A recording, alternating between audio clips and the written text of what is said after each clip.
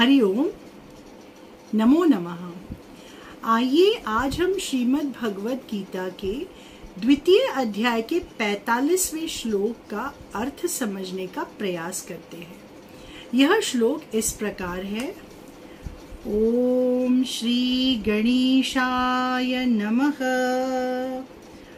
ओम श्री परमात्मने नमः। अथ द्वितीयोऽध्यायः सांख्ययोगः।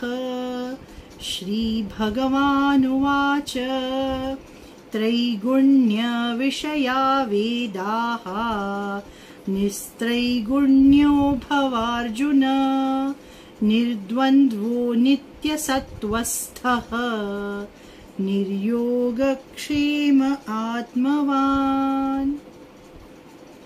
अर्थात इस श्लोक में भगवान श्री कृष्ण अर्जुन को कहते हैं त्रैगुण्य विषया वेदाः, अर्थात वेदों में 3 गुणों के संबंधित विस्तृत जानकारी है। यहाँ 3 गुणों से तात्पर्य है सत्व, रज एवं तम।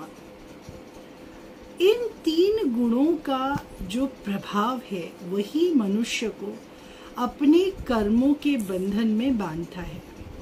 इस 3 गुणों के प्रभाव से ही हमारी आसक्ति बढ़ती है। इसीलिए भगवान श्री कृष्ण अर्जुन को कहते हैं निस्त्रैगुण्यो भवार्जुन। हे अर्जुन, तुम इन 3 गुणों के भी परे हो जाओ, अर्थात गुणातीत हो जाओ। सत्व, रज और तम तथा उनके प्रभाव से भी दूर हो जाओ। अब यहाँ पर हमारे मन में एक शंका होती है कि रज और तम तो ठीक है, परंतु सत्व से परे होने के लिए भगवान श्री कृष्ण क्यों कह रहे हैं?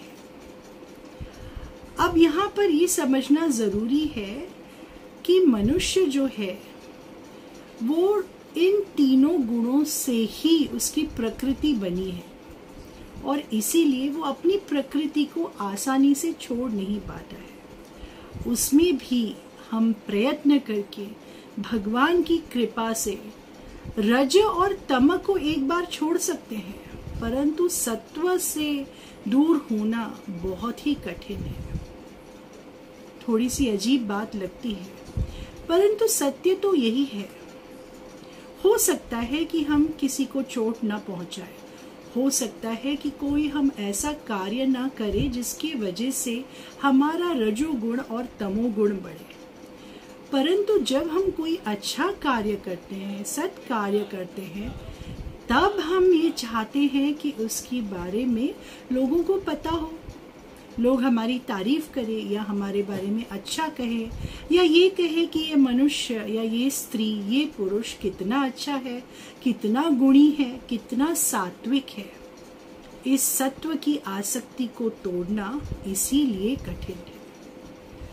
शायद यही वजह है कि हमारे पूर्वज कहते थे कि नेकी करो और कुएं में डालो, अर्थात हमारे द्वारा किए गए अच्छे कर्मों के बारे में किसी को भी न बताओ।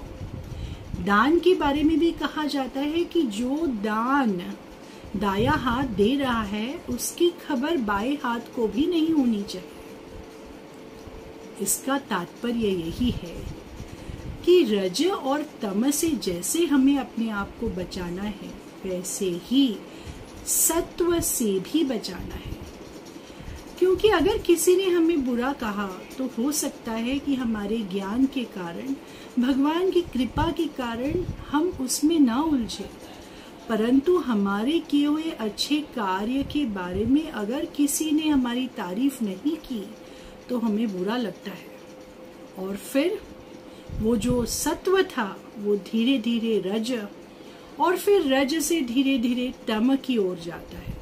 इसीलिए भगवान श्री कृष्ण अर्जुन को कहते हैं निस्त्रैगुण्यो भवार्जुन। 3 गुणों के परे हो जाओ। चाहे हम कितना ही अच्छा कार्य करें, उस कार्य के प्रति हमारे मन में ये लालच नहीं होना चाहिए कि लोग हमें इसलिए अच्छा कहे, हमारी तारीफ करे या हमारे बारे में चर्चा करे।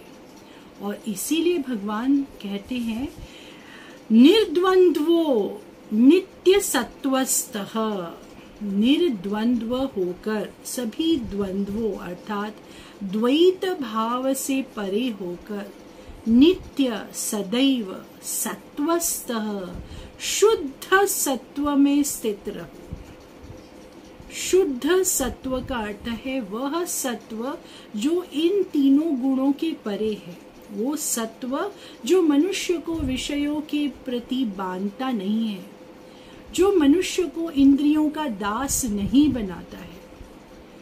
इसीलिए भगवान कह रहे हैं कि निर्द्वंद्वो नित्य सत्वस्थः। द्वंद्व अर्थात द्वैत भाव, दुविधा।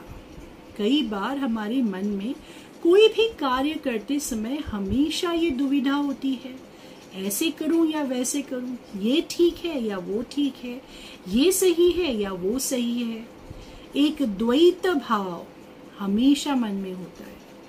इसीलिए भगवान अर्जुन को कह रहे हैं कि निर्द्वंद्वो, सारे द्वैतों से परे हो जाओ, अद्वैत को समझो, एक सब कुछ एक है इस बात को जानो।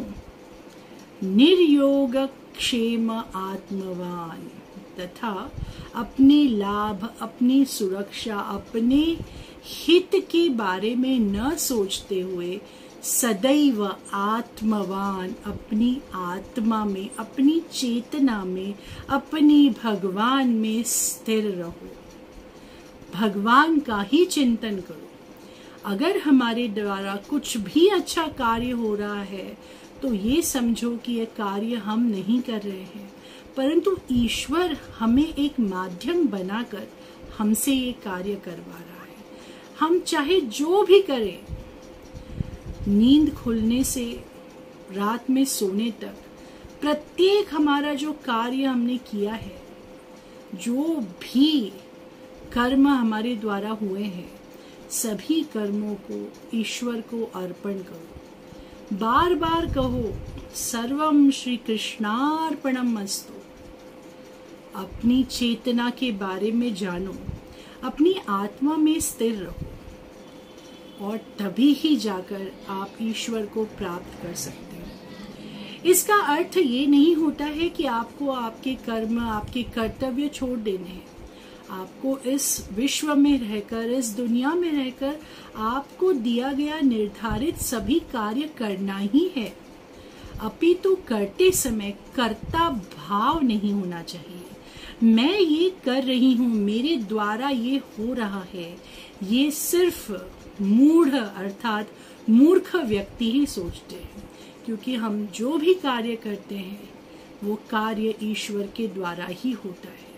हम केवल एक माध्यम हैं उस कार्य को पूरा करने के लिए। आइए हम भगवान श्री कृष्ण के श्री चरणों में प्रार्थना करते हैं कि वे हमें भी इन तीनों गुणों के परे होने के लिए प्रेरित करें।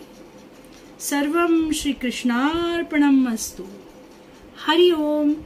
नमो नमः।